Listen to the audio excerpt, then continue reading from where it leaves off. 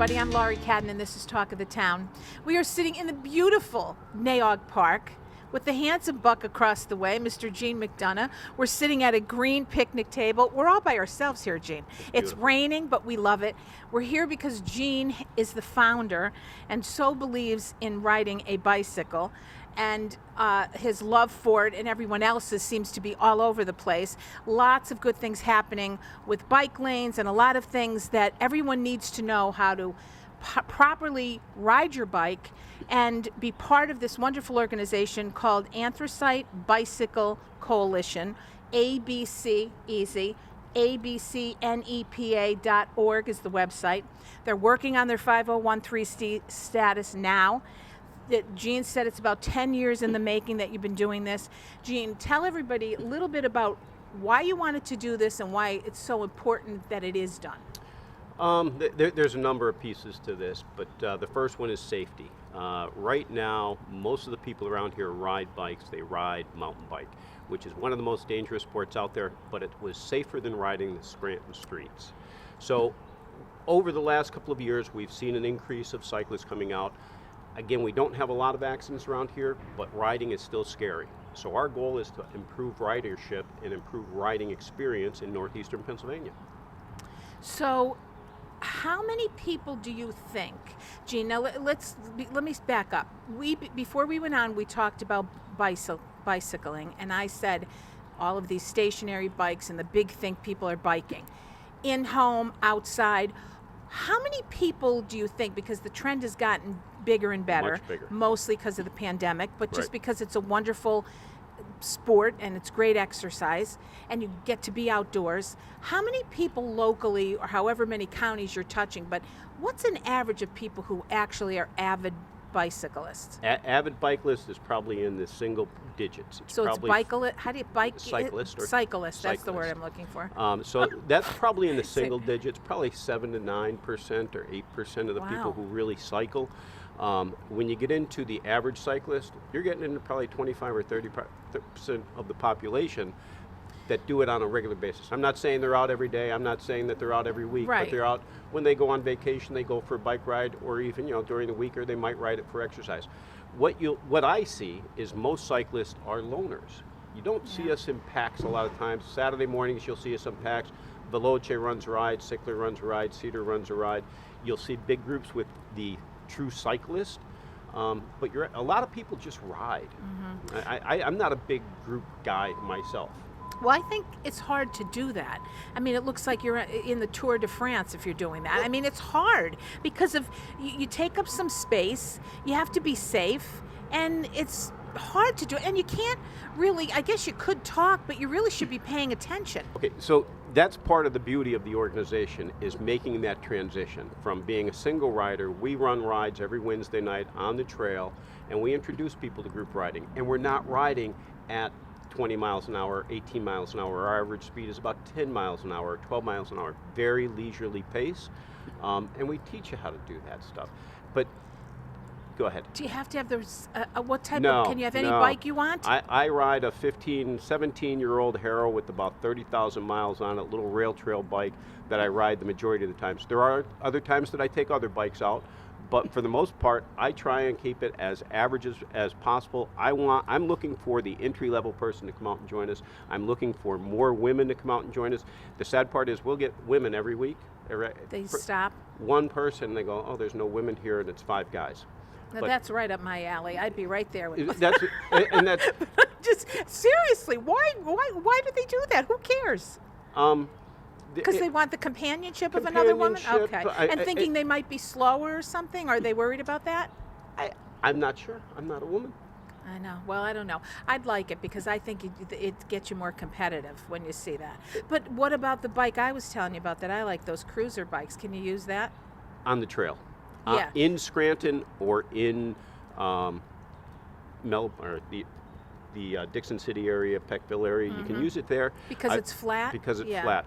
I wouldn't attempt that on the D&H Trail up in Carbondale. That one's got a good, it's not a bad incline, but it's a definite incline. So you need the gears to do that, in northeastern Pennsylvania, you need the gears. Okay. That brings up another point. Another reason why it's important is the e-bike. Everybody's familiar with Rob Lettieri. He's a local cycling Yeah. legend. All right, he has just transitioned over to an e-bike. What is an e-bike? An e-bike An is electric bike? An electric bike. So it has pedal assist. So the hills basically, the way Rob puts it, and I love this line, is the valley from basically Carbondale to Hazleton has become a big country club to him riding around on his bicycle. He goes up to Chet's, up like Elk Mountain, which is, I don't know, 30, 35 miles. Yeah. Back down, barely breaking a sweat on an e-bike. That's going to change the riding in northeastern Pennsylvania. Prices are still high right now for good Yeah. e-bikes. You're paying $7,000, $6,000 for a good one. You can pick up an add-on motor for $350 and have it added to your current bike. So, what about insurance for something like I that? can't talk about Yeah, that kind of stuff, but that's probably. here, I would still get insurance on it, but as a non-motorized vehicle, you're really not required Well, there you go. I guess to have that's, insurance. Wow. Think about the savings there. Yeah. Think about the savings, your fuel, your parking. Does he? He must. He loves it. And what I can tell you is now Rob is now endorsing it, and I'm seeing other guys who are good cyclists jumping on e-bikes. So what happens when you? So you don't have to pedal then You to do go. pedal. But the bike assists you The to bike get to. assists you, I and see. it will. And you can. It's all computerized, so you can say I want it to match 10%, 20%, 30%, 100%. I've ridden a few of them. I'm not ready for one yet, but there will be a day where I will buy an e-bike. So the point is, you still getting good cardiovascular Yes. exercise Yes. because you're still pedaling. Yes. But the bike is assisting you do the the work. hills, right? So think about riding. Wow, because you're right. This neck of the woods is hilly. So for me, I leave the hill section here. Yeah. I'm in downtown Scranton in 7 minutes, and I don't have an e-bike. I ride back up the hill. I'm back up the hill without an e-bike in 15 minutes. Doesn't take, and I'm at the very top of the hill section. Well, yeah, because it's all up. I'm in Petersburg, all uphill. I have a route, gets me through very minimal hills, up the Clay Avenue, up through the University of Scranton, and think about doing that on an e-bike. Now it becomes nothing. That's cool. Think about the savings. Now, do you wear a helmet? Always. And you endorse that, I'm Always, sure. yeah, Okay. yeah. How about anything else? What other Great equipment? clothes. Okay, Great but clothes, other don't than be a helmet, ghost. that's it, right? That's really all you need, a helmet and a bike. Okay, and then tell me a little bit about what you do that we talked about, what the coalition is actually helping with bicycles and refurbishing bicycles and all of that. Please talk about that. So that was really what brought us to life. So last year I came back, I was on vacation, I had put a business plan together. Let me back up even more. So I've been working in Arizona for the last 8 years. In Arizona, they have a bike cooperative. I got out there, I needed a bike. If I bought another bike, my wife would not be happy. So I was like, all right, let me find something cheap. Everything I found cheap wasn't worth buying. One of my coworkers said, hey, I've gotten to this cooperative. Well, I go up and they have beautiful bikes that are dirt cheap that need to be repaired. I was like, this is awesome. So I ended up taking a $300 bike that I built and built a $2,500 bike for about $700. And I thought, this is what Scranton needs. I said, there's a lot of good bikes out there that we can put to purpose. The next thing of this that really inspired me is you're in a bike program. So now, if you don't have any money, you come and you volunteer at the shop, and they'll give you a bike, and then you can earn hours working on at the shop to work on your bike to get parts to buying one. Yeah. Oh, So that's you learn great. how to work on a bike, and you get a bike. And how many people do you have who do that, who work for you with that?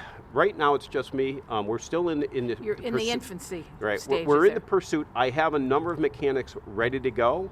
The issue is that right now I'm working out of my garage.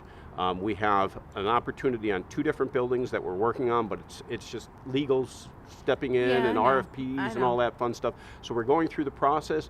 Our hope was to be in there in June. We're probably going to be in there in October, November timeframe.